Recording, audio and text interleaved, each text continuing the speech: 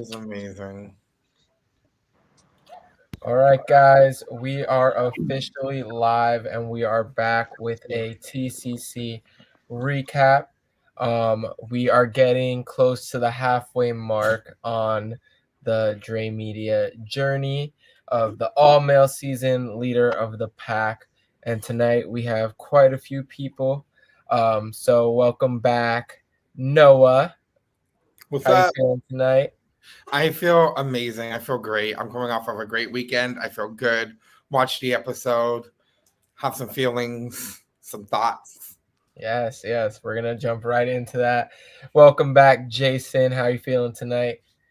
I'm good. Thanks for having me, Dre. Excited to be on with this all-star cast with me here tonight. Looking forward to it. Thank you. And of course, we have Kevin. Hey guys, part two. I'm gonna leave in an hour again, so sorry, but hello. It's okay. We'll try to get as much in as we can. And then all the way from the Bay, of course, we had to bring in Zay. What's up, Zay? How are you today? I'm doing good. It's my first time ever doing an after show on any of the seasons I competed on, so I'm ready. I'm excited to be put on the spot and answer any questions that people want to ask me. Yes. Okay. I'm excited to have you. I didn't even realize that it is your first like after show because we didn't do a reunion your season, and yeah, we didn't really. Well, you didn't get a chance to get on the after shows on your season. But all right, let's jump right into this recap. We start off where we left off, which was Kevin and the Secret Six basically blindsiding Steven and Noah. So it's Noah, you're going into your first elimination. You're like, I need the pep talk. I just need your guys' advice. I need you guys to hype me up. What was going through your mind in that scene? So in that moment, I really had no idea like where my head was at. I had no idea like what exactly was going on. But I was like, I can't really dwell on and really I really can't like sit here and ask questions because I don't know what kind of elimination this is going to be. And like looking at the first one, it's endurance, looking at the second one's a puzzle. So I can only kind of expect that the third one is going to be a physical elimination. So I'm like, okay, so it's probably going to be a pole wrestle. I need to get in that headspace because I am like I just need to get in that headspace because if I'm too like happy go lucky, then I'm not going to give it my all out there. So I had to like try to build up some anger and just kind of hold on to that and use that to kind of push me forward. So we see Zay making some faces. We have some dialogue and drama between you two. Zay, in that moment, watching it back, we see a scene of Noah, sorry, cursing you out, telling you basically fuck you, and we just see you guys going back and forth a little bit. What was going through your mind when Noah was going off on you? I think what was going through my mind was the fuck this motherfucker, like, because it was like a slap in the face to see him hug Jason and Kevin, and then me being like a real friend outside of the game, going in for a hug for him to say fuck you to my face. It was kind of like, damn, what the fuck did I do? Like, I wasn't even the one that said your name. But yeah, that's pretty much like, I guess. So I'm gonna bounce back to Noah about this.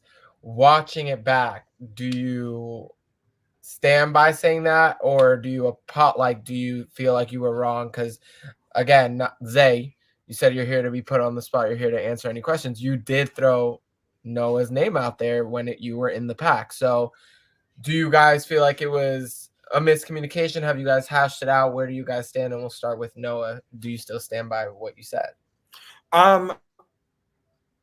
In the moment, yes. In now present, absolutely not. Because when you're in the game and when you're doing this, emotions are high, tensions are high, like people like there's high stakes. So you're not really thinking like with the clear mind. Like sometimes you just don't think with the clear mind. And in that moment, I wasn't thinking with a clear mind. I wasn't expecting Kevin to say my name. So I was like, looking down, and I know, Kevin, like we talked about this, you were trying to signal to me to try to tell me I'm going to say your name, but like literally I was like looking at the ground, and this is something Zay and I both talked about like multiple times after the fact, but when Kevin said my name, I was legit shook. So like I made a whole ass reaction of like, what the fuck? And I'm looking at all three, and there's Kevin who looks remorseful, there's Jason who looks like remorseful, and then there's Zay with a big ass grin on his face, and I'm like, yeah, and I'm like, what the fuck? Like, and in that moment, I'm not thinking clearly. I'm not going to sit there and be like, why are you smiling? Because in my head, I'm like, you just like pitched me to go into this elimination. So you are the reason why I'm going into the elimination. So like, even when I got up to kind of to talk to them, Kevin gave me a hug. Jason, I believe he gave me a hug. And Zay's just still standing there with that goofy ass grin on his face. And so I'm thinking he's behind it. So I said, fuck you. I said, fuck you. And I walked away. And then he starts running his mouth. So I started running my mouth. And then I'm like, because I was so fucking confused by that. Because again, I only know what I know. And I knew that like two of my, two in my head, my strongest allies are in this like wolf pack. I just did the challenge to Kevin, like, somewhat. I probably would have got one or two wrong, so it is what it is. But like, I just got my name tossed out, and now I'm going to elimination. So my head just wasn't really there, and I just popped off on Zay because, like, what y'all don't know is like me and Zay talked every single day leading up to going on the show. And I'm not talking about like little talks. Like we had deep talks about deep things, and like on a friendship level. Like I think just from the way both of us were brought up and the area that we were brought up in, isn't like a normal really environment, and it's a very like it's just a very unique thing that unless you're from like the Bay Area and specifically exactly where we're both from, it's something that you don't really like. There's just our paths were very parallel. So I thought going into this game that I was going to be Zay's number one. And, because that was just the way I was going in as a rookie, not knowing that Zay had all these other things. So yeah, so I'll say that. Zay? What's the question? So watching it back, how do you feel about the whole situation? Like, do you feel that you did play a part in sending him in, even though Kevin said the name, you pitched it? Do you understand where he's coming from, and how do you feel about it after rewatching it? Yeah, I understand, and I feel like I would have done the same exact thing because in that moment, Noah didn't know or doesn't know that I already knew that he told Steven that I was the one pushing his name, or like I was the one that whispered to James that he was the name. So in that moment, Noah's like going off on me thinking that I did something to him, but little did he know that I already knew the information that he pulled the previous round. So we were limited on options regardless, so it kind of would have leaned towards Noah or Steven regardless. And so I think I just helped push Noah's name a little bit, because if I knew that you were going to be sneaky or shady that previous round, what else are you going to do going forward? And now you're part of the sixth, being the seventh member. Are you going to throw us under the bus too going forward? That's where my thought process was. So but I still stand by pushing his name because I didn't trust him anymore. Which is confusing for me in you saying that you didn't trust me, because you and Kevin both whispered James's name to Steven. So Steven's looking, to James. You both pitched Steven's name to James. But you only knew I did that, or else I would assume. Yeah, that's what I'm saying. I only knew you did that because I saw you do it. And so I was really confused because in my head, I'm like, I only know what I know. And I know that there are 7 of us who in my head, again, are working together. So why are you whispering Steven's name to somebody who is not part of that 7? Got me confused. So when I talked to Steven and I was asking Steven, like, Steven was like, why'd you say my name first?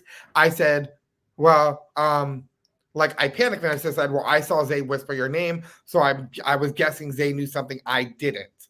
And that's exactly what I said. I didn't say, oh, Zay told me to tell your name. I told Steven, I saw you mouth his name to James. Now we then find out in episode 2 that James and Steven are actually in an alliance together. So I'm guessing no matter what, James would have told Steven anyway that you said his name.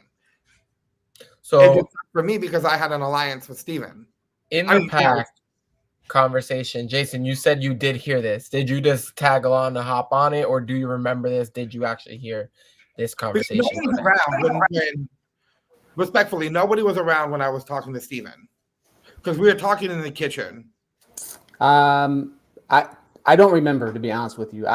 If I said it in that moment, though, I probably had heard from someone else. Like I wouldn't have just like piggybacked onto it. I probably had heard it from somewhere or from someone, maybe secondhand. But I didn't just make it up and say like, yeah, I heard that too. Like I wouldn't have said that. So I definitely I don't remember exactly what happened. But if Noah says nobody was there, then maybe I heard it secondhand before. But I did hear it from somewhere. I'm pretty sure. Gotcha. So, Kevin, watching this back, seeing Noah's reaction, and he's going to his first elimination, watching it back, do you regret your decision? Are you sorry about it? Do you feel bad? Where do you stand watching this back? Do you wish you did anything differently, or do you feel like you had to do that regardless? I feel like I said this last time. I feel like I did have to do it regardless. Like some sort of combination of Noah, Cam, Joel, or Sivo were going to have to go in. Like it had to be one of them. I couldn't say any of them. My relationships were all strong with them. Like it had to happen to somebody. And unfortunately at that time, it was just easiest because the other two guys in there with me were just as willing. So I do feel bad about it. I regret it. I think Noah's face when he heard his name like really will haunt me for the rest of my life because it's one of the worst things that I've done to somebody. Can we have a close-up of that? Because I do want to see it. Oh yeah. It was just the same. I saw it again. But I will repay the favor obviously in the future. That's how I roll. And doing something like that, like it does hurt. I do have a heart at the end of the day. So I would do it differently, but it's gonna be like hurting the same next person in line, so it's just one of those game things that has to be done. Yeah, for sure. So Kevin, can I ask you a question? Of course. Okay, so because if I remember and I recall, like I remember us kind of talking and saying that like Jason and Nate was like was going to look good. Good elimination match.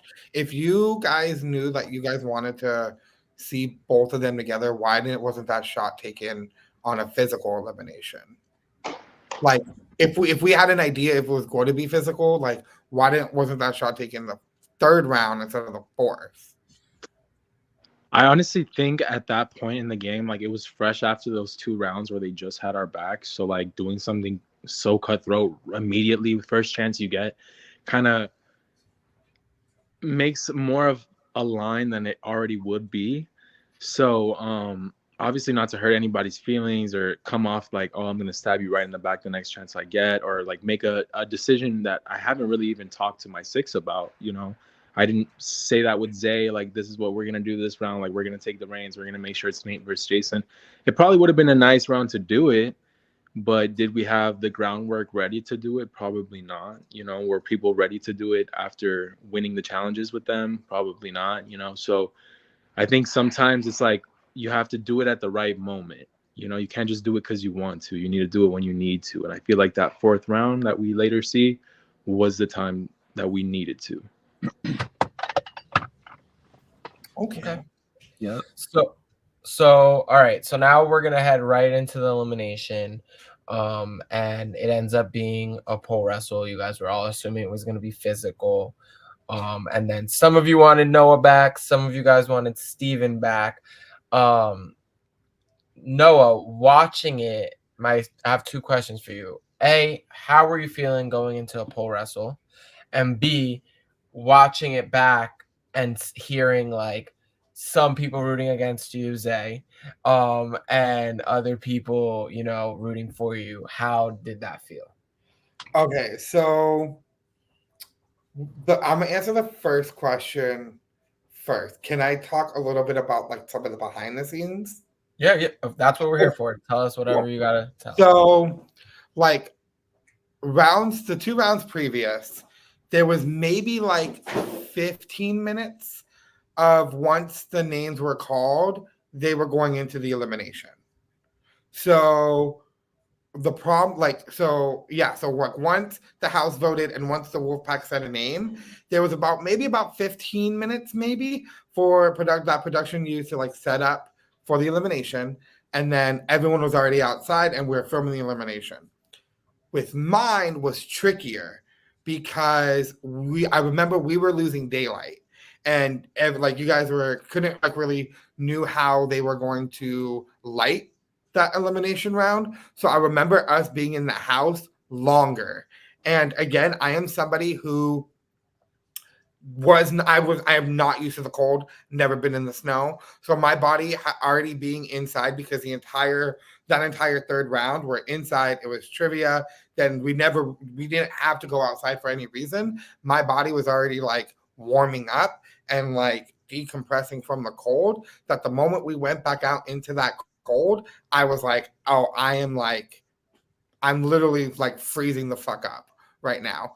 And so I was like, I hope I have it in me. And in my head, I'm like, fuck, okay, I'm going to do my best. The moment I found out it was a pole wrestle, I've never done a pole wrestle before.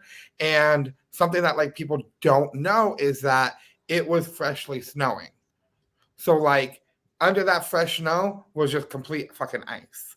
So there was no grip. There was no way to grip the ground. As you can see, like I'm sliding all over the place. I'm trying to grip the ground. You really can't do it. Like, and so I panicked. I'm not gonna lie. I panicked. I froze up. I think that's part of just the way this season is made out to be. Is not only are we fighting the house, but we're also fighting the element of snow. And so I think the snow definitely played in a factor. For me, I'm not going to blame the snow. Steven was obviously stronger than me. And yeah, so I think just going into the pole wrestle, I was a little bit nervous.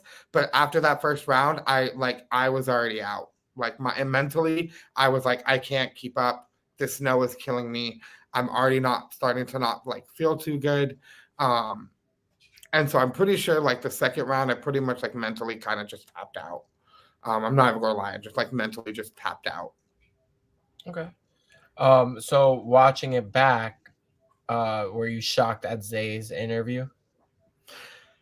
Yeah.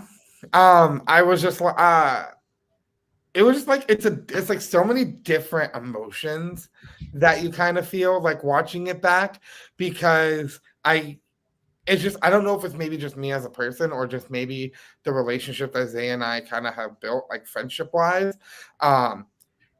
It's hard because Zay and I feel like, and Zay, I don't know if you can attest to this, we have talked everything out.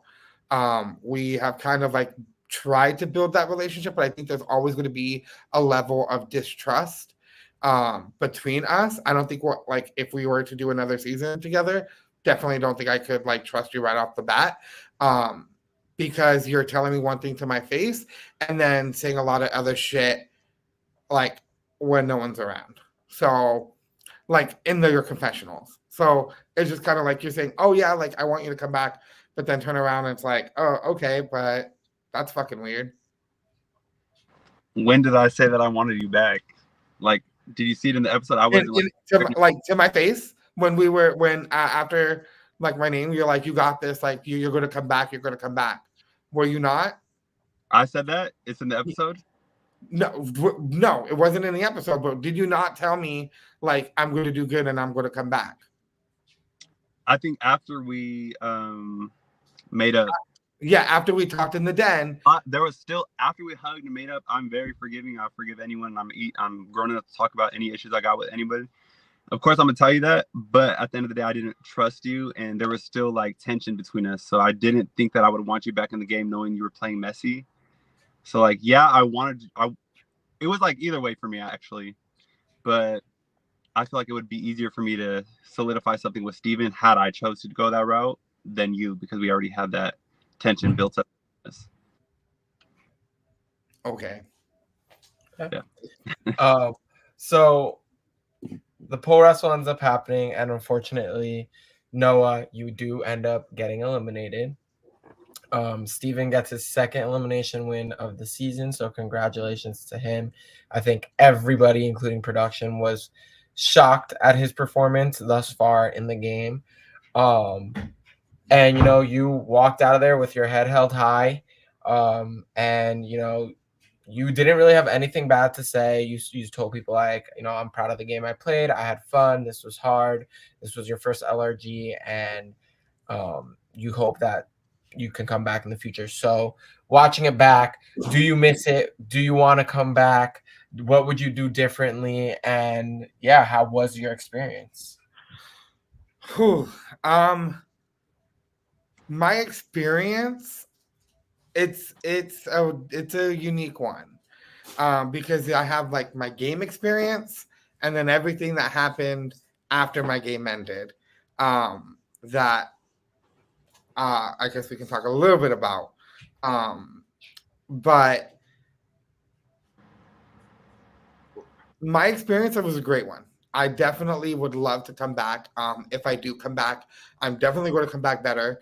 I just did another LRG over this weekend, and I was actually really surprised on how I did. Given the I was like, okay, I'm not battling snow here, and oh shit, like I'm actually like holding my weight, and I got to I don't know. I think that just gave me the confidence boost I needed. So I've been working on my puzzles. I order a new set of puzzles literally like every couple weeks. And before I go to bed, I try new puzzles. I try figuring out different ways. I think of different patterns. I take like mental notes, and then I don't allow myself to go to bed until I finish the puzzle. I'm starting to slowly work on like my physical aspect of like just boosting up my endurance, because if I come back, like I think I could be a force to be reckoned with. And that's all I can do, I can only build on what I've learned. And what I've learned is you really can't trust anybody in the caucus challenge, because it's a very cutthroat environment, very cutthroat. And just because you talk to somebody every day and just because you think you're good with somebody doesn't mean that they wouldn't like turn around and like stab you in the back. So I think if I was to come back, it'd be very interesting. I would love to see how I would play on a normal season where I can be in my element of warmth, because I know I'm a good swimmer. I know I'm a good swimmer. I know I'm good at like puzzles, and yeah, I would love to just kind of see how I would maneuver in another game. My experience overall was a great one. Like looking back at it, it was an amazing weekend with an amazing group of people, that I wouldn't really change for the world. But in the moment, I was having an absolutely horrible fucking time. Because once I got out, for some reason, they just couldn't stop making little fucking digs at me, pretty much the entire fucking weekend. And I couldn't figure out why. After I was eliminated and after day one was complete, Zay and I had a 45-minute to an hour conversation that no one else knew about in the laundry room, that I personally thought that that we were good, that I thought we cleared things up. And I thought, it was me approaching him to being like, hey, like what's going on? Because I don't like this tension between us. I don't like the way this makes me feel. And that was that. And so I thought we cleared shit up. As the entire weekend went on, Zay just couldn't stop running his mouth about me. And it wasn't even running his mouth. It was these little digs. To you. Huh? I was making comments to you. Yeah, that's what I'm saying. That's what I meant. That's what I meant. I literally said it was little digs to me. Yeah. And I just couldn't figure it out. I just couldn't figure out the fuck why. And there was something that happens a little bit later on that really was kind of like the tipping point for me. Because as the weekend was going on, and I feel like everyone can attest to this, but I was like starting to run a fever and starting to get sick. Like I was coughing like nonstop.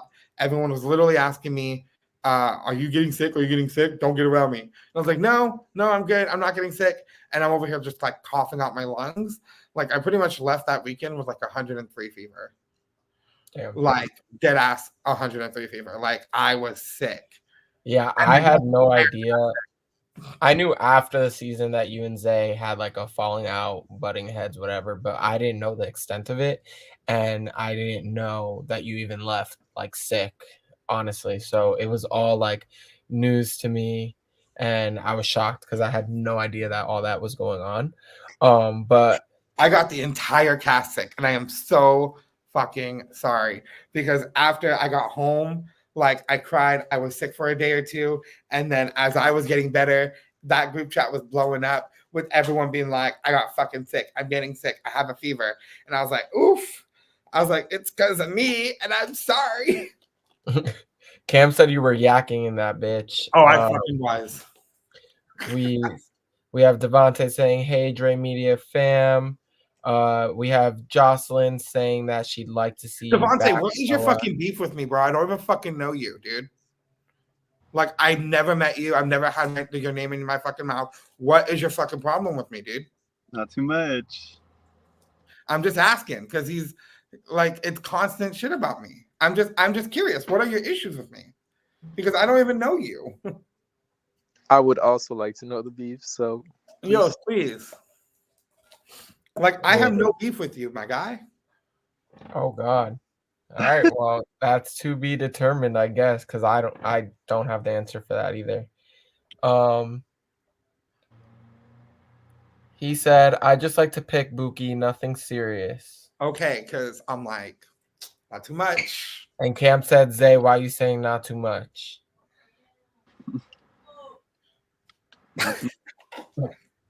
All right. I don't know what's going on. There's always mess behind the scenes. So, but okay. So, Jason, we'll start with you. How would you describe Noah's game, and what would you give him? What advice do you give him moving forward? As you're a rookie in the challenge, but you've played other LRGs before. Well, first off, I expected Koa to win that elimination, even after I saw it was pole wrestle. I just thought that I can tell that he is strong, and I really expected him to win the challenge, and that's being for real. As much as I love Steven, like I thought Koa was going to win that. I was like, damn, Steven's got his work cut out for him. And I think honestly, Koa, like your move to kind of align with Kevin and the vets is a smart move. I mean, it's exactly what I tried to do, from the beginning. Like it's as a rookie with only 5 rookies, you have to figure out and maneuver to get yourself as far as you can. So I think you played a good game, and it's just the way the chips happened to fall at that time. I mean, they could have easily taken a shot at me, brought you into the pack in that round, and it would have been me and Steven in the pole wrestle. You know what I mean? Like, who knows what could have happened? So, and natural selection had a big part of all of that. So honestly, I think you played an incredible game. I think you're built for the challenge. I think you're incredible socially. I know that you're a physical competitor, and I hope you come back, man, because I want to see you excel. And I love your energy. You're incredible. So I don't have to give you any advice. I think you know what you're doing, and you're going to be a force to be reckoned with in TCC in future seasons for sure. Thank you. I really appreciate it. But I do got a question for you, because that entire weekend, I don't think you and I talked game at all. We didn't. I wanted to in the drive up, but because we had Zay and Joel in the car with us, it was hard because I knew there was going to be some kind of rookie vet thing, or I thought there was at least. And then once we got there, it was just hard to find time, and it wasn't for any other reason. But I I think there's always somebody around us, always a vet around. I feel like the Secret Six purposely made sure, and this might not be true, just after, knowing about it now, because I didn't know in the time, I just felt like there's always somebody from the Secret Six around, which is now genius to me. And I don't even know if that was calculated, but I just found it very hard to talk to anybody but the vets from the Secret Six, which is interesting. Even with Nate and Imir, the only time we got was like that little, that couple of minutes in the bunk room on night one, because there's always somebody around. And again, maybe they can talk about if that was calculated or not. But yeah, good question, because you said in one of the comments, I think it was the last live, or a live before that, everyone knew that I was working with Kevin, when nobody knew I was working with Kevin, because and I just want clarification from you since you're on the live, because round one, me and Kevin are not on the same team at all. Round two, me and Kevin are, again, not on the same team, not even the same group. Round three, me and Kevin are completely across the room and didn't really even talk that much. Yeah, so I did not know that you were working with Kevin. What the rumor in the house was that you wanted to work with Kevin because you idolized him or whatever. And that could have been a total rumor. But where did the rumor come from? People were just saying that Koa was really wanted to work with Kevin. Who was saying that? Everybody. And I can't tell you exactly who for sure, but it was just what was going around the house. It wasn't something that it was something that was seen. It was just I mean, I did see Koa with Kevin a lot, but I didn't think anything of it. But then people started to talk, and honestly, I'm being dead serious with you. I would tell you, I don't remember who. It was just, I remember it being the rumor, almost like a high school rumor around the house, right? Koa was with Kevin and all this stuff. Nobody knew about Secret Six. Nobody knew about any of that. Well, I had seen you guys hanging out on the back porch or whatever, but it wasn't long enough for me to be oh, they're trying to work together. But there was a rumor in the house, and it could have been made up at the time, but it did put seeds in people's heads. But that's not why I didn't talk to you, for sure. Okay. I think the reason that could have been was literally because out of everyone in the cast, I don't want to say everyone, so let me not bite myself in the foot. However, I feel on a friendship level, I connect with just Kevin the most out of everybody. I feel I'm just a very bubbly and full of life person and full of heart. And then I kind of immediately read that Kevin was pretty much kind of the same way, in the sense of I don't know, just friendly, warm.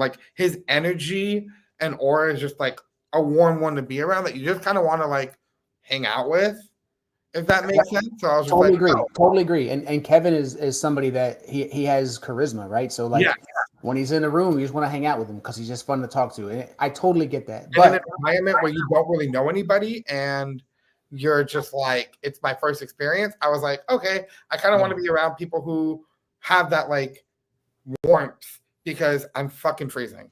And the thing is, though, when you're new in an LRG, having played other LRGs, all it takes is one little thing, right? Yep. And if it's you hanging with Kevin for 10 minutes, people are oh shit, there you go. And then it becomes this thing. And that happens in every single LRG. So it's nothing you did wrong. It's just, there's always somebody's trying to find some reason to point something out about somebody. And that just happened to be what was going around. And I saw you guys hanging out on the back porch for a few minutes with a group of people.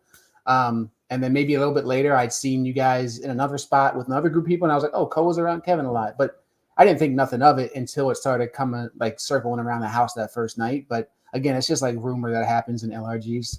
But like I said, you're built for this game, and you're an incredible player, an incredible competitor. And I can't wait to see you in the future, man. Seriously. Thank you. We do have a question from Jay West in the comments, which we will get to at the end of the recap. So definitely love that question, but we'll answer that later. But wait, circling back to that question about the Secret Six, the only time I feel we really made sure that we were all around was on the drive up. We wanted to make sure that there was definitely a Secret Six member in each thing. But to make it a point every single day of the weekend, I don't think that was like the main thing. It just so happened to be that way. It worked out in mysterious ways. You know, we were in the right place at the right time. We all circled back with our information, and it just flowed. You know, it wasn't forced. We had one conversation as a group, and that's the one that Noah chimed in on as well. But we could never successfully group up again. Like, that was way too risky. So, yeah, I think it just worked out that way. Okay. So, Zay, any last words, advice for Noah as he exits the game? Or anything in general, like about the experience, the behind the scenes, anything you want to say? I just want to say, I think like just Noah saying "fuck you" to my face really, like, it didn't make me angry or upset. I feel like that definitely hurt my feelings more than it did make me angry, and I think my confessionals like seem otherwise. But like, I think a lot of parts of me that are not healed yet, that I'm still working on, or past trauma that I've been through, having somebody that I felt like was really close to me outside of the game saying that to my face, and just seeing him hug up on Kevin and hug up on Mike made me feel like I was shit a little bit. So it was way deeper than just the game. I think we both did not know anything was gonna go on. So going in there, it was just like more of like a sensitive topic, I guess you could say, to like, I don't know. I get nervous talking about it, but yeah, so it just hurt more than anything. And it was just like annoying to see him up Kevin and Mike's ass so much. And like, I wish that I was that person that could have been that comfort for you, or like between all the like topics we talked about, all the like deep talks we said. So yeah, I just want to clear that up too. So it hurt me more than anything. I mean, I definitely think it's an emotional game, and obviously, Yeah. Get over it. What's it called? I definitely think you guys are real, like, you guys are real friends outside of it. So No, obviously, like outside the game, like I can say Zay is like probably one of my closest friends. Yes. Even though he lives like far away. I think I am learning as I do more LRGs how to separate friendship and game. And I think with Zay, that was the biggest learning lesson of separating like our friendship that we had and game. And like I just being who I am just couldn't separate that in the moment. So I was like getting upset because he, like after the game, I felt like I was like trying to decompress as he was like still in game mode because he's still in. And it was just like at that point for him, he just couldn't separate game and friendship. And it just felt like all the little digs to me were like personal attacks. Like not personal, like, you know, but it was like just personal. And I was like, okay, like targeted. Yeah. Yeah, it was targeted because I like once the game was over, we were sitting at the table and you just continue to go at it. And I said, I got pissed and I got up and I like walked the fuck out into the snow. And I was like, I know I'm going to get blacklisted if he walks out here because we are going to fucking scrap in this snow. Like Zay, had you walked out there, I promised you and me would have like showed them what the Bay Area looks like. We would have honestly probably fought. Like had Zay followed me outside, him and I would have 100% fought. That was my defense mechanism, and that's something that I need to work on and not be so sassy all the time when it comes to that. My defense mechanism was every time I was around you, I was disgusted, I was irritated. You just like, I didn't want to be around you. So anytime I was around you, hearing from like two or three people that you're still running your mouth about me after we had a long ass conversation in the laundry room, and hearing that you're still talking about me doing this and that, saying I'm shady, this and that. Why didn't I tell you about the Secret Six? Exactly why I didn't tell you about the Secret Six is because exactly what you've shown. You were messy. You repeated to Steven for 30 seconds of a trust that you didn't get from him. And so, but like we talked about, after we had that 45-minute conversation, the next day you talk shit about me. As the game continued, I still kept hearing little digs. Okay. Every time I was around, you still kept making little digs. And I was like, okay, You're in the game. I'm not. Why? Like, you're in the game. I'm not. Why are you still making these little digs to me? And then it kept going. And I'm like, what the fuck? And then I was like, it was the final day, end day, whatever. Hold on, we got a whole reunion, so you Oh, guys. okay. Thank you. We're gonna change the subject just Alright. because it's been a lot, but I am glad you guys are at least able to talk about it, and hopefully we do see a redemption arc with you guys sometime in the near future. But before we change the subject, Kevin, do you have any final words for Noah? You know, after you had part of his demise, and like just any advice playing, coming back to the caucus or playing other games. Yeah, I mean, I hope this whole lesson, like experience, whatever you want to call it, like it just teaches you for forward. You know, there are going to be people that see you for the loyal person that you played. So obviously it's going to be repaid. Hopefully it's repaid. You know, I want you to do well the next time we see you. But I do take responsibility for what happened, and I do feel bad for what happened. I wish you had a better first experience because I know that's all you wanted.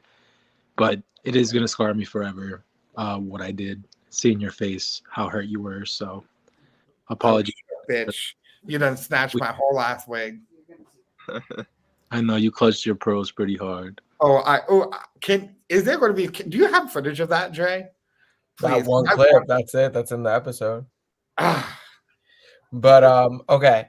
So moving on from that, we go into the next we go into the next daily, and you know, it's at this point it's pitch black outside. It's probably I don't even remember, it was probably like 18 degrees outside.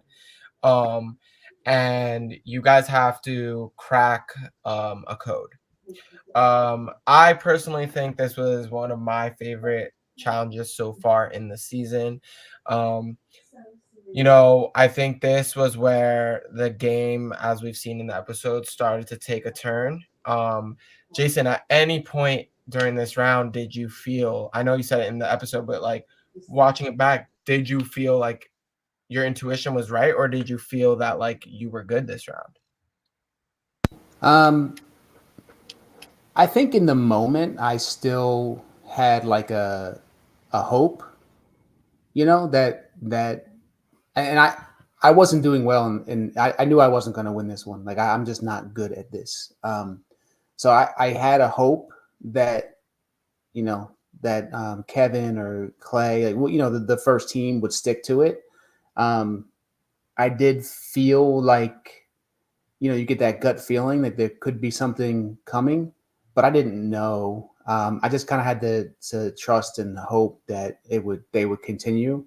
But I had no way to tell. So I didn't know it was coming at all. No. And Zay, I know from your last time we saw you, your rookie season, this was the round you went home. So what's on the line for you in that moment? Like, what was going through your mind? I think what was going through my mind was just to make it to day 2. I think you see on my rookie season, I was like talking to the camera, please, I want to make it to day 2. That was all I've ever wanted, was to at least make it to day 2. And a lot was on the line. I just knew that we needed one of the 6 members to win. I didn't know that was going to be the pulling the trigger point, but I knew it was bound to happen. But I just knew one of us needed to win so we can guarantee both sides of the vote again. But a lot was definitely on the line. I'm just not good at math whatsoever. And I think what really threw me off was seeing like the same letter at different equations. So I was like, how does that make sense if the same letter's right here? It was just a lot. I was tired. It was cold. Like I said, the equations were just everywhere for me. Yeah. It was. So this whole plan to strike at Jason and Nate, I feel like it was spearheaded by Kevin and Mike and Clay. So Kevin, speak for you three. What about this round was the time to strike? Why? Like, did you know off rip, like this is the round? What made it switch all of a sudden? Because like you said, like round 3, you were like, oh, we just worked together. Like, I don't want to do that. But what was the like switch? I personally think I was the one that influenced it first. They almost pulled Jason, like I said, into that pack. And that's what Mike was telling me. And I was like, no, if you're going to be the second person, whatever, you got to choose me next. You know, in my head, I was also thinking this is a perfect round for people to try to come at me. You know, day 2 is right there. And as we all know, the format changes, things change. People that you may have been loyal to the first day, you're definitely not being loyal to the second day. And I just felt like that could have been my time, you know. So I didn't want to be caught up in a sticky house situation. I wanted to be safe, not have ultimate power, but I knew I could have influence in the power, you know. So I immediately banded to Mike, and I was like, "This is the time we got to do it." So I reminded them, you know, this was to me Mike's plan from the very start. You know, like he was the one that did his research a lot, and was like, these two really are dangerous. So I was like, why are we not doing it yet? You know, like it's been very nice. We've been playing like a comfortable game with each other. But if you look at the numbers now, there's not many options anyways if we stick to the day 1 team. So we're not going to start turning on the 6. We don't want to make ourselves the options. We have to start playing this game, you know. So it was just the perfect time to do it. And I knew if I just talked to Steven and made sure he had safety, he was hopefully just going to do it with us. And to my surprise, he was the one that led the charge. So I think it all worked perfectly. Yeah, I definitely have to say this was probably one of the best rounds to watch, edit, and see play out because the gameplay was phenomenal. Like the Secret Six literally had the entire house doing their work without anybody knowing. Like in this moment, this was the chance to override the 6. You guys, everybody else had the numbers in the house, but because Steven wanted to save himself, you guys were able to use that little connection he had with Kevin. You were able to pull on those strings a little bit and also use the, hey, like let's target the rookies this round. On top of the rookies, not necessarily backstabbing Steven, but not accepting his deal, alliance, truce, whatever you want to call it, the round before. So I think like everything up to this point is falling in line for you guys up until, you know, half of you want to keep going for Steven because he's, you know, getting sassy, he's being messy, he's whatever. And then the other half are like, no, we need to make a big move. Kevin and Zay, you know, you're both here and you both have had a rocky past in the game. What was this really a nerve-wracking round for you guys to actually trust to solidify what was going on with the 6? And do you think, was there any point in time, Zay, did you think about flipping on them? I would say that the idea was fed for sure. The idea was there, and I feel like more than likely when it came to the 6, me and Joel were at the bottom of that, and I think me and Joel both knew that. And then I think when it was slowly getting revealed that the 6s might be something that that we were an alliance, that people did feed the idea that we were at the bottom, and if we don't make the move, then possibly not. But at this point in the game, I already had started. I think me and Kevin's trust was definitely built on the 3rd round when he for sure pulled me into that wolf pack. That solidified my trust with him because of our rocky past. But the whole Secret 6 thing, there was mistrust amongst everyone. My mistrust was with Kevin. Mike's might have been mistrusted with Clay, Joel with Kevin as well. But I think this round, us really sticking together, us voting in Nate and Jason really solidified and locked in no budging when it came to the 6. This was the round that we proved that we're going to stick together and stay together till the end, and that's exactly what we did. So that was the round that really solidified the 6 is the 6. Yeah. Gotcha. So watching it back, Jason, did you have like watching the pack conversation and, you know, the Steven, Kevin, and Zay telling Joel and Joel like freaking out and not knowing what to do, watching it back, what are your thoughts on it? Obviously the blind side was made towards you, but what do you think? Do you think it's a good game move? Do you feel slighted by them, or would you have done the same thing? Like where was your head at? No, it was a great game move. I mean, you heard Imir tell Nate and I that they wanted us out from, you know, from the first round. So for them to keep us safe, and then for Kevin to pull me into Kevin and Zay to pull me into the pack in round 3, that's an incredible game move because it gave me a sense of security. So it's a great move, and honestly, that's what they should have done because I am a threat. I am dangerous. So you should take a shot, and I have no shade towards that. That round was a blur for me. Like I don't even remember a lot of the discussions, but I knew there was discussions to see if we could have Steven and Nate come together and do something. But it didn't go very far because Kevin got to Steven first, and Steven was protecting himself, which he should have in that round because he just been in twice. So I do the same thing. So it was great that Kevin pulled Steven in, which is the first time I had seen that in the episode, and that's a huge move by Kev because it made Steven feel secure, and then he went after Nate, and that's exactly what they needed to split those numbers. Because had me, Stevo, and Nate grab Steven, it would have been a different ballgame, right?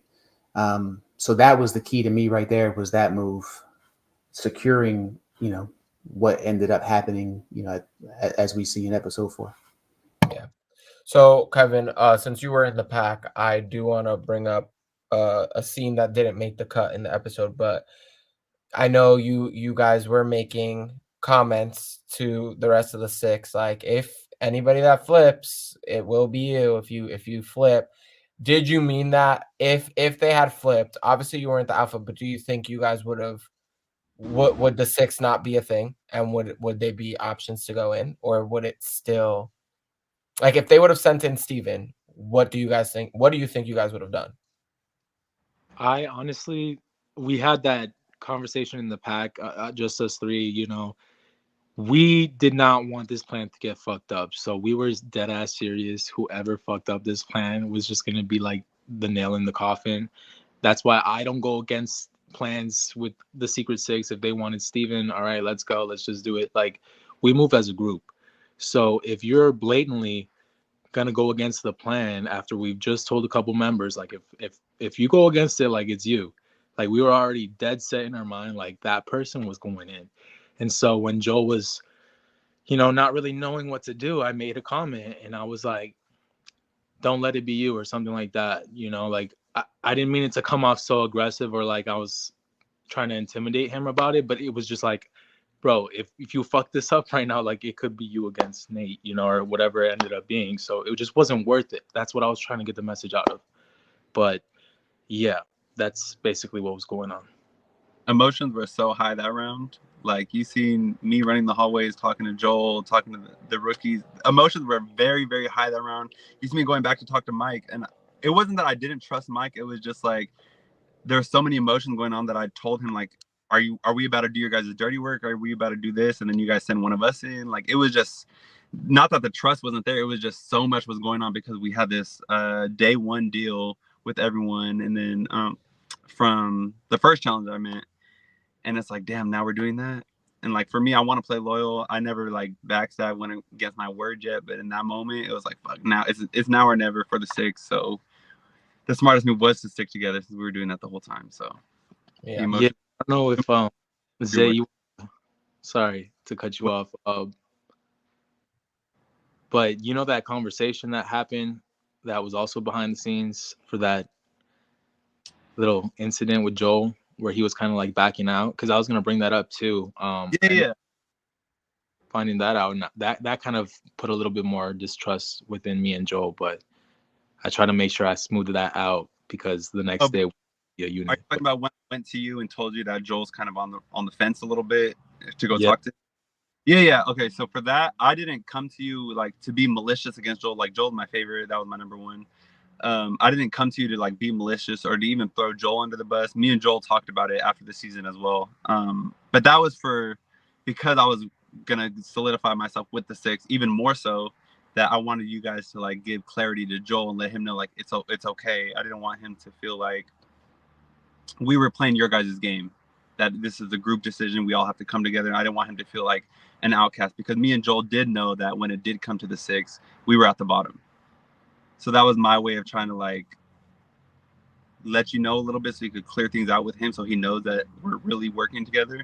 But it was never to be malicious against Joel. It was never to like build distrust between you guys. And if I did that, I apologize because that was not my intention whatsoever. But yeah. No, I don't think it was your intention either, but it just made it like another worry in our head, especially for me, because I already went against Joe one time. You know, he's beat me in the final. Like, we've already went at it, and I know it could spark up again if it really like came down to it. Yeah. So, like one of those things where I was like, no, I want to patch this up and make sure we're good. You know, not open this back up again. Right. So before we wrap the recap up and we start asking the questions, what do you think like about, you know, Steven's game? You know, we see a lot of people want him out when he's talking deliberations. There's people making faces, rolling their eyes. A lot of people are saying he's being messy.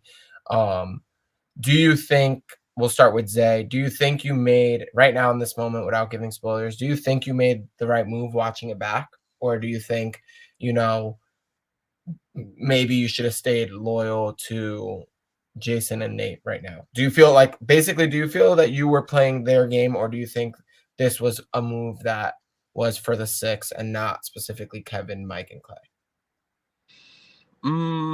I think for my personal individual game, I think either way would have been good for me because I felt very comfortable with Jason. Rode up with him, everything was good. Nate, he was very quiet on day one and like kept to himself. And I was eating at the table, and Nate was eating at the table, so we like talked about the challenge, favorite competitors and stuff. So me and Nate built a bond. I'm all about loyalty, so I thought maybe we would stick together as a team from day one going into day two.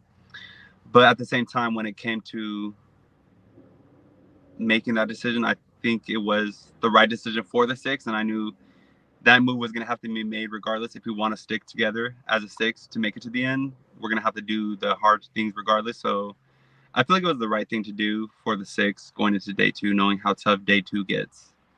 And that takes at least one strong competitor out because I didn't want to face Jason nor Nate on a one-on-one elimination. So if I could get one of them out with the six, then that solidifies my spot as well as an individual. So I feel like I did do it for the six and not just for their game because I knew the plan since the beginning. Gotcha. Do any of you have anything else you want to say about the episode before we hop into some questions? Yeah, I got something. What's up? Enough with these damn cliffhangers, okay, production? Oh, Killing me. Listen, if we don't keep the cliffhangers, it's gonna be too like straight to the point. We gotta keep the viewers waiting. We gotta keep them coming to the after shows.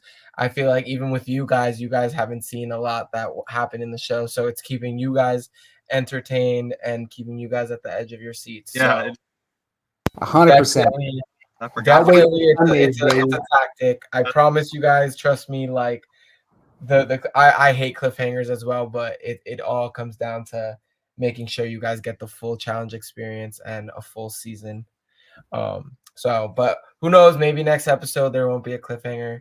Not every episode will be a cliffhanger. I promise you guys. Right, Jay got me fiending for Sundays, baby. That's all I know. I cannot wait for Sunday. Thank you. Okay, so let's hop right into these questions. I'm going to start with the first question I remember in this chat. It was question from Jay West.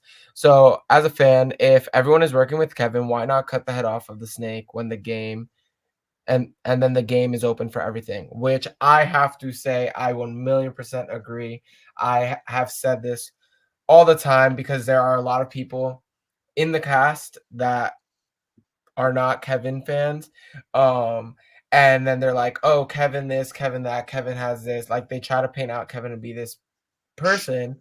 And obviously, like personal side, obviously Kevin and I are friends, but from a production standpoint, I don't think Kevin plays a nasty game. I think this is probably the dirtiest game we've seen Kevin play. But I also think if you're in a house with 14 people and none of you guys want to strike at him, that's a problem. Like Kevin is no longer the problem. At that point, it's, in my opinion, everybody else for not. There's one of him and 13 of you. So why is no one trying to get him out? So I don't know who wants to take the stage first, but Well, I do I'll have to be very, so I'll just answer really quick my perspective. First off, I don't like this question. I don't like this topic. I don't like talking about this. Please keep me in the game further. But I personally think all of my social abilities, like, don't get me wrong, like, I'm a good social player. Like, I will talk to a fucking rock.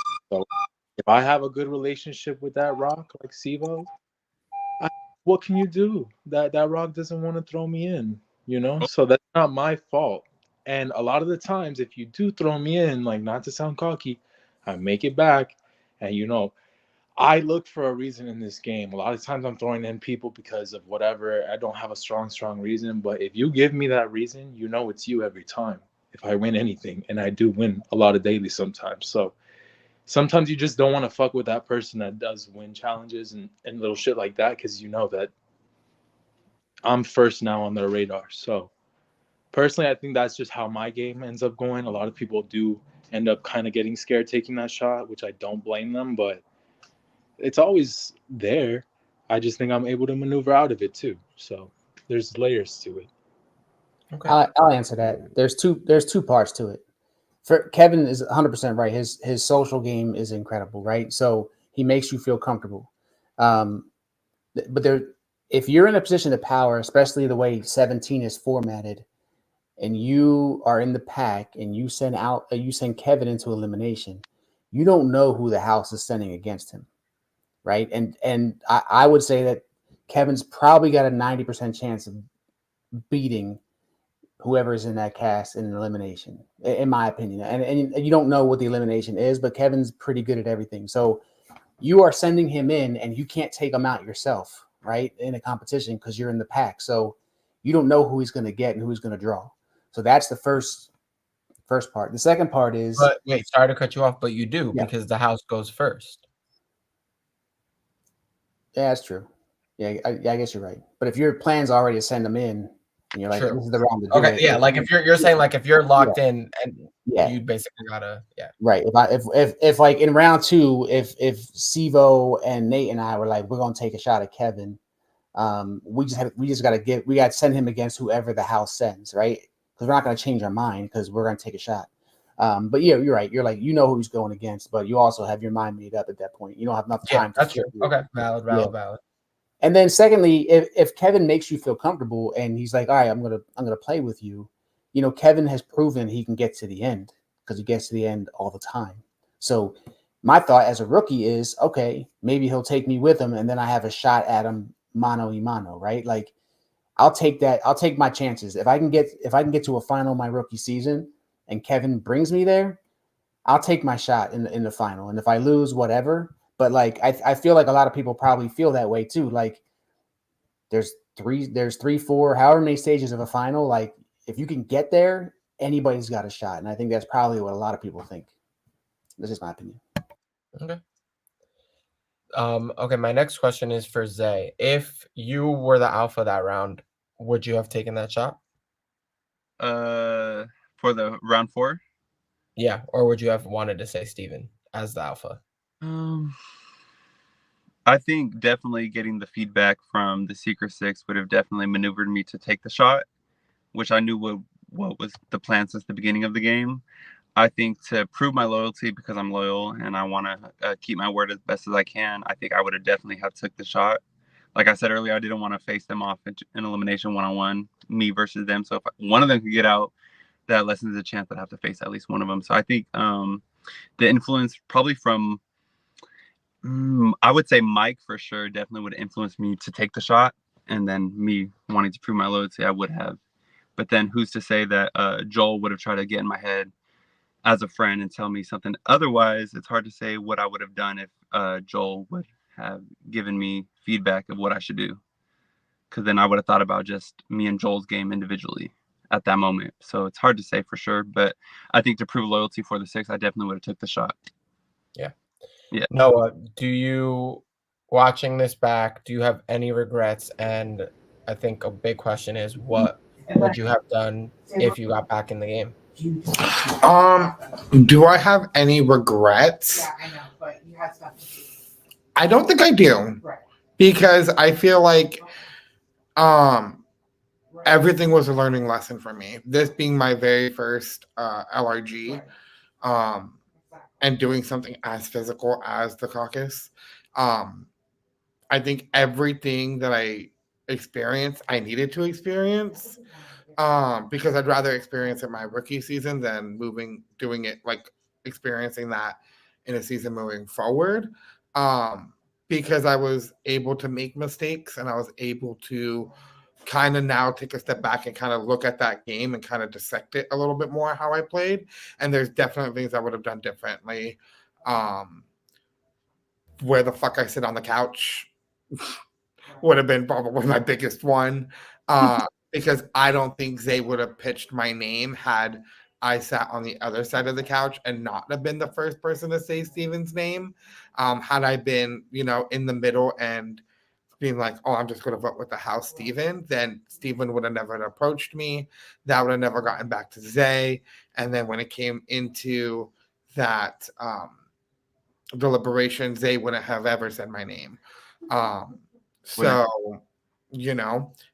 but with that being said, it like you can't really play the what if game, because that will just keep you up all night. However, if I did come back into the house and Steven was out, that would have definitely taken a turn, because then there would have been extremely limited on kind of who to target and kind of who to throw in, because no matter what, I knew I was at the bottom of that 7-person alliance, even though I know now it was 6.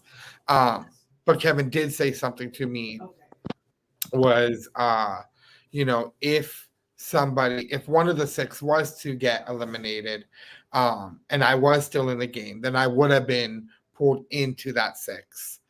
So it felt like I was just kind of like in the waiting room. But, like I said, you really can't play the what if game, because that will just keep you up at night.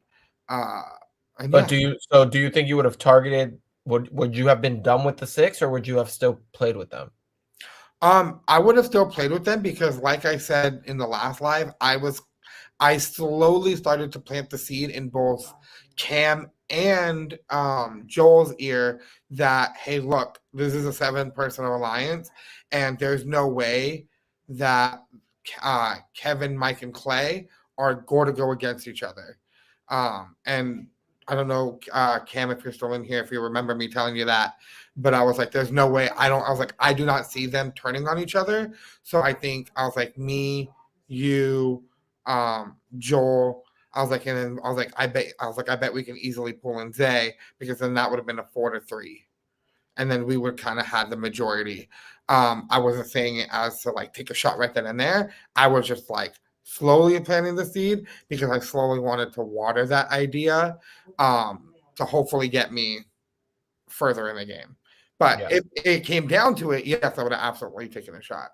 Because why the fuck not? Okay. Jason, I have a question for you. Were you shocked, or how do you feel seeing Sivo's closing confessional when you saved him round 1, and all season you've been, in his corner, behind the scenes, in the house? How did you feel? Sivo is a confessional gangster, man. And I told him that today. I said it. Yeah. Like, it is what it is. He says he was talking, he was talking in the moment and he didn't know. But I mean, Nate told me out loud, audibly, to say his name. And my vote didn't count because just like Jay West was talking about how Steven changed the order of the votes, I was the last vote. It was already 4-2. And I promise you, I would have burned a vote. I don't know on who, but I would have burned a vote if Nate didn't want me to. And the fact that he told me to say his name, he bailed me out, because my vote didn't matter at that point. And he did say loud and clear, Joel. Yes, he did.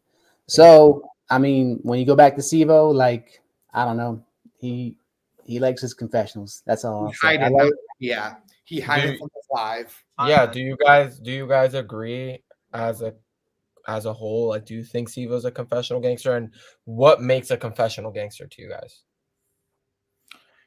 Somebody who is very calculated in what they want to fucking say. I think Siva wants to play this big mastermind and this big string puller, and like, no, anything that he's saying in the confessionals isn't true.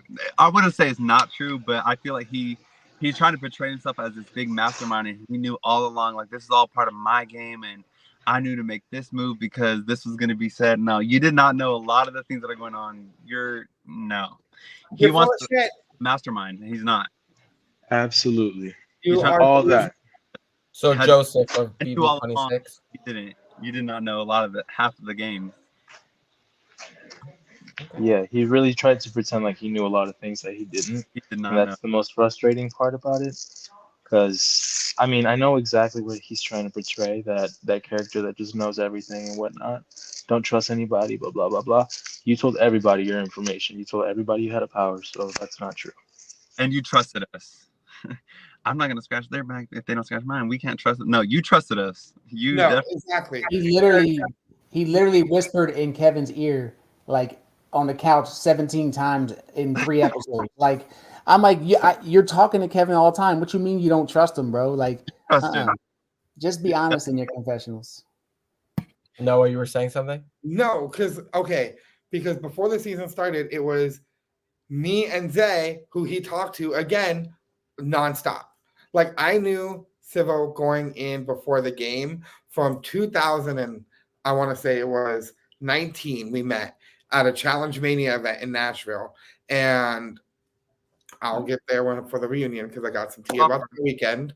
And like, I saw his name was on the cast. I'm like, okay, cool. We're gonna like talk. We're gonna work together. But then I forgot how fucking delusional this kid is, because he would tell me and Zay like the same thing of, like, oh, I want to say this, or I'm thinking about that, and it was like, okay, when he got his he said something in one of the lives about his power, and I'm like, bro, you literally told, I was the first person you told, and then you asked me for like if you should go and tell Kevin to build that trust with Kevin, and I said, I was like, well, does Zay know? He's like, I don't think so. And I was like, okay, so tell Zay, obviously, because we're all like all 3 of us were working together. And then he ran and told Kevin about getting the power as we were like walking over. So it's like, dude, you're not a mastermind. You were fucking drunk the first night. Let's be fucking honest. You weren't pouring shit into a cup. You were drunk. You were messy. You were sloppy. You kept telling all these stories about, I know this person. I know that person. This person's going to FaceTime. Where are the FaceTimes? Tina's going to FaceTime get the house. Tina wants to say hi to all you guys. Where are those? Where are those calls to everybody? No, they're not. They're not there. Like, my guy, take a step back. It's not that serious. And for me, it's frustrating, like, watching his story like unfold, because the motherfucker didn't even want to fucking be there in the first, like, he didn't want to make it to the end. And they can attest to this. He did not want to make it to the end. He wanted to go home because he had a Challenge Mania event before the last night. So as you guys will see the story unfold, it's like you're sitting here acting like you're this calculated and you're like mastermind, but you're fucking not. You just wanted the clout. Let's be honest. You just wanted the clout. And that's okay. That's okay if you want the clout. But like, don't try to come for me and don't try to throw other people under the bus, because from what I was understood was he had my name in his fucking mouth and he wanted to start some shit with me. And I'm going to let those chips fall as they may, but I don't want to have to open this library, baby, and read you, because I have the fucking receipts. Okay. I have the receipts. Thank you. We do have Tootie saying, since everyone knew this about Siva, why wasn't anyone throwing him in?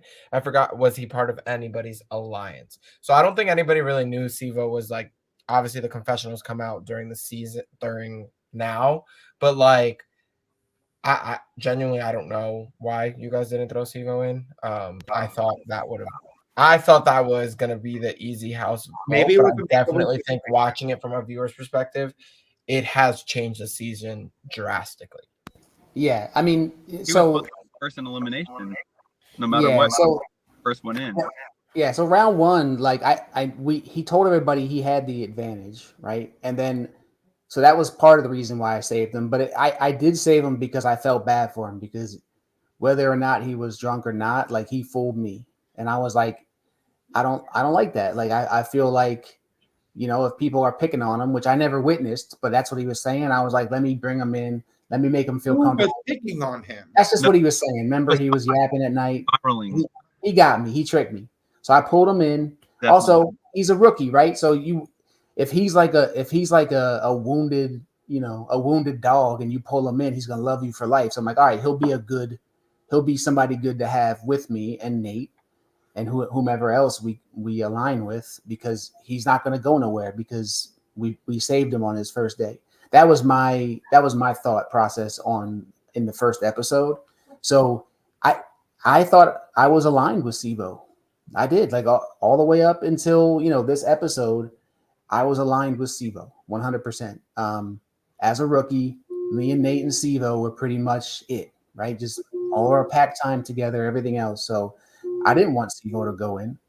And if the rest of the vets who are on team one from that first day were willing to put somebody else in, I'd be okay with it, because Sivo was, aligned with me at that point. Okay. So, one more question I'm gonna ask Noah. Who do you want to see go home next? If you, from the taste you have in your mouth, whether it's now or in that moment when you got eliminated, who would you like to see go out the door next? Sivo. Get that. Sivo. Just Sivo. That's it. No one else. I love everyone else on the cast. And I'm not saying that I don't like him. I just think he needs to figure out some shit with himself. Like, love the kid. He's great. But Sivo, I would love to see walk out that fucking door right after me. I think he lives in a world where no one else really lives. And I mean, I'm the fucking mayor of Delulu land. I stay delusional, but there's no word for what the fuck that kid is. Like, just no. I have something for the reunion. Okay. And then Jason, hey, Dre, real quick before you ask the question, and I don't know if we're gonna talk about this, but can I just make a statement? Yeah. I just want to give Clay his props for winning the daily challenge. Yes, please. We didn't talk about it, and he talked about it in his confessionals. I want to give him his flowers. He did a great job, even though I ended up going in because of it. I got a lot of respect for Clay, and I want to give him his props for winning that challenge. He deserved it. Yeah, Okay, I definitely want to give him his props. I didn't touch base on it just because we had so much going on, but he definitely earned that win. That was, like I said, probably one of the hardest challenges in the season. And I'm proud of him. I know, without giving too much away, he has a certain goal that he wants to reach in this season. I think he is known for playing the background and being a, follower, background character, not making moves. So I think that we're going to see a different side of Clay this season, and hopefully it brings him far, but without giving too much away, I think he definitely deserves his flowers, and he did a great job this episode. So, didn't mean to answer the question. I wanted to give him his flowers. No, for sure, and I appreciate you for bringing that up. So Joel said we love when bottoms get individual wins. I can't with Joel. I cannot. My question to you, Jason, was the pack sends you in and you say clearly, the one good thing that comes out of this is they showed their cards. So you're either going to lose your number one or you're going to go home. But if you get back in this house, what's the game plan? Who do you strike at first? Is it Clay? Is it Kevin? Is it Mike? Does it matter? What do you do moving forward now? Well, I think in the moment it's hard because you know that Dre Media changes, the format on day 2. You don't know what's going to happen. And either way, whether it's me or Nate, we've only got Sivo left as the rookie that's left in the game. So it's not looking too good for Nate and I. So whomever gets back into the game is going to have to be fluid and figure it out. So while I want to strike, and I'm sure Nate wants to strike, whoever gets back in is going to have to be really calculated on it, because unless you want to be in every elimination, you got to figure something out. So it just depends on the game format, honestly, moving forward, what the decision is for either of us who get back in. Mm-hmm. And then my personal last question, and then I'll let you guys take the floor if there's anything you guys want to talk about. Zay, who do you want to come back, Nate or Jason? What's better for your game? I would say that I would want Jason to come back for sure, because obviously I didn't vote for him.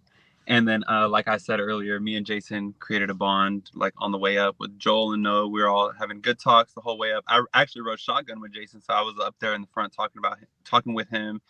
And then he opened up about how he was really close with his grandma. I'm really close to my grandma. My grandma's my everything, so everybody knows that. So I feel like that was more of a really good bond. And then he put me on some pretzel from, what was that called? What was that place we went? Wawa, baby. Wawa, yeah. He put me on some pretzel. That pretzel was bomb. Shout out to that pretzel. I still want one. But yeah, so I would definitely want Jason to come back, because I feel like I didn't say his name. So maybe if he were to win the next challenge, he's not going to go after me. He will go after the other people that said his name. Not that I would want that, but as long as it's not me. So I would definitely want Jason to come back in the game for sure. Okay. So I think that wraps up the episode, unless I'm missing anything. But before we wrap it up, I am going to give you guys the floor if there's anything you would like to say. Noah, we'll start with you. We won't probably see you until the reunion. So how are you feeling leaving this stage tonight? I feel great. I just want to thank, J Media for putting on this season, the entire cast. It was a fucking roller coaster, for sure. I think I'm just very grateful and happy about the experience that I had. And I'm glad that I can look back on it and use kind of what I learned that weekend about myself and about LRGs and just about everything, and just apply it to life. Um, you know. And yeah, I just want to say thank you so much for allowing me to play. I hope that you guys see me in the future. It's up to the challenge gods. We'll kind of see what happens. But yeah, I'm just extremely grateful for this opportunity, and thank you all. Thank you, Noah. It's been a pleasure having you tonight, hosting you last winter. It was amazing, and I'm happy that you're part of the DMP family, and I know we will see you in the future. So thank you. Keep being you. I think you're a one-of-a-kind energy. I think, game or not, everybody, production and your castmates enjoyed your presence, and I definitely look forward to working with you in the future. Congrats on the Traders game that you played, and make sure to plug that in so that people could go watch you and root for you as well. Yes, I just did the Trader Chicago. Shout out to the Trader Chicago. That was a very fun experience. Tune in to Trader Chicago on Instagram to see if I'm a trader or a faithful. All right. And then Jason, any last words before we head out? Yeah, just agree with Koa that that first day was an emotional roller coaster. For me, there's no other game like the Caucus Challenge. It's difficult. It's amazing. It's incredible. Any good adjective you can use to describe it. It's an incredible experience. Tune in next week to find out if I put up or shut up against my number one ally, Nate. Check it out. It's gonna be a good one. It's a blind one too, so no one really knows what's coming. Zay, any final words from the Bay tonight? Every day, all day. I just want to clarify with Noah, actually. I know you felt betrayed coming into the game. We did say we were going to be number ones, in November before the game started in January, this and that and stuff. But I just want to clarify and let you know that the Secret Six was literally formed like 2 weeks, 3 weeks maybe before the game started. So all that stuff that we did talk about before the game was very, very true. And I didn't go in there with the intention to backstab you, to throw you under the bus. That was never my intention. The Secret Six was just this. It just made sense for all of us to really come together. And I want to give a Secret Six fact that each member of the Secret Six had a different rookie season. We're all different rookies from different seasons, and we came together. But yeah, so, and also Joel being my number one, I didn't know Joel was on the cast. Joel was going to surprise me when we pulled up. Joel told me like probably as well 2 or 3 weeks when the Secret Six was formed that he just made the cast. So you would have been my number one up there with Cam and Mike. But then Joel came in, and then the Secret Six came in, and then all that was formed, and it just made sense for my personal game to rock with that. And I didn't give you that information because you were a rookie. I didn't know how you were going to play. I didn't know if you were going to be messy or not. As a friend, when you talked to me, you told me, I love to be messy. I love to steer the pot. I love to get canceled, this and that. You told me that. So how can I trust you with any information giving that you opened up to me as a friend, telling me that you're the messiest queen there is? So it's like there was never no hard feelings when it came to our friendship. It was never that I didn't want to keep you out of the loop on purpose. It was just for me coming back from my rookie season being purged. I felt like I had a lot to prove to myself as an individual and a game player myself. So it was never against you, and it's always going to be all love. And I never wanted you to ever feel outcasted or bullied by my side remarks. And I apologize if I ever made you feel that way. That was never my intention. I don't stand for that. I don't like to see people get jumped, bullied, singled out, and it's always love at the end of the day. So I just wanted to clarify that. Yeah, and I know, and I love you. I adore you as a friend. You're somebody I will always hold very close to my heart for a lot of reasons that you and I have talked about before the season, after the season. But in the game, like, we're just going to have to separate that friendship because I don't know if we can fully trust each other right now. As close as we are, as friends, I think like if we were to get cast again together, and there's a lot of trust on a game level that we're going to have to kind of build back with each other. I mean, me and Kevin did it, so maybe we could do it too. So maybe. Yeah. We'll see. We'll see. We'll see. And then we're going to wrap it up with the king himself, Kevin. Final words, and I want you to wrap it up with what should the viewers expect from the remainder of the season? No spoilers. Well, for starters, I hope people have enjoyed my game thus far. I know it's not a typical Kevin game. There's some attributes, but for the most part, like Jay West said, it is kind of fun being the villain, kind of doing those things back at people or just at other people that it's been done to you before. So it kind of feels good to fill that gap in your game. But yeah, just for the future, just know you're getting more of a show, and it's only going to get better without spoiling too much, So a lot of things do happen, and I feel like for the most part, I'm very happy with what I'm seeing, with what I did so far, and there's no regrets with the people that I'm working with. Awesome. And then before we wrap it up, Billy just said Kevin's played expertly. To no surprise, getting Steven out of elimination was brilliant for a lot of people. So that's it. The viewers Billy also said, go Jason.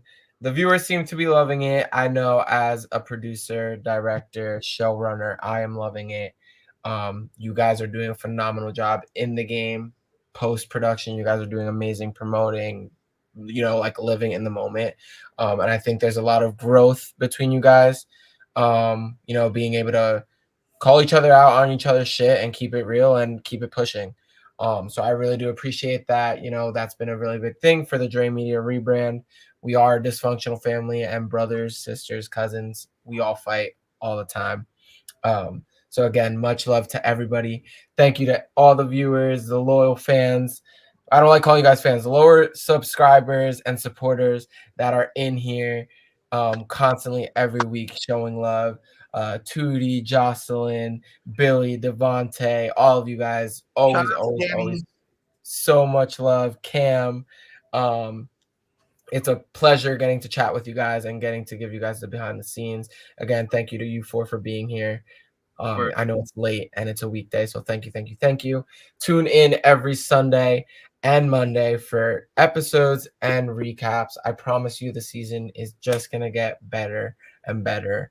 And I will say this right now on this live. I know the cast of 18 knows this, but for those who don't know, we did film season 18 over the summer. So 17's airing, 18's in production right now. If we get every episode from now till finale night on December 17th of 17 to at least 500 views each episode, we will finally get a Dre Media super trailer for 18. So if we can get that to happen, all of our subscribers, all of our talent, all of production, share, like, comment, and we'll give you guys a good treat. But that's all for tonight. Again, thank you for the love and support. Until next week, follow us on Instagram at dmp.series. Good night, fam. Love y'all. Bye. Right. From the Bay. Good night.